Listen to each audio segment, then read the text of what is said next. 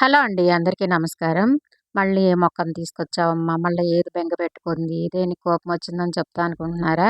అదేం లేదండి. అసలు ఈ మొక్కని నేను గమనించలేదు. అదే వింతనమాట.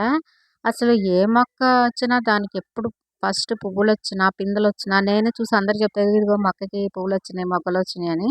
అలాంటిది అసలు ఈ మొక్క నాకు తెలియకుండానే పెద్దదైపోయి దీనికి కాయలొచ్చేసి పండిపోయినాయండి. అదే వింత.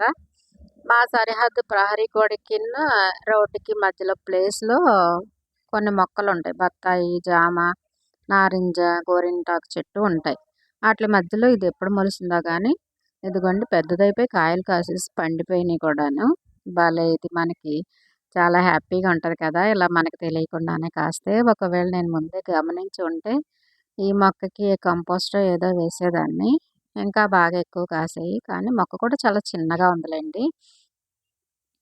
ఈ వీడియో నచ్చితే లైక్ చేయండి, షేర్ చేయండి, సబ్స్క్రైబ్ చేసుకోండి. Thank you for watching.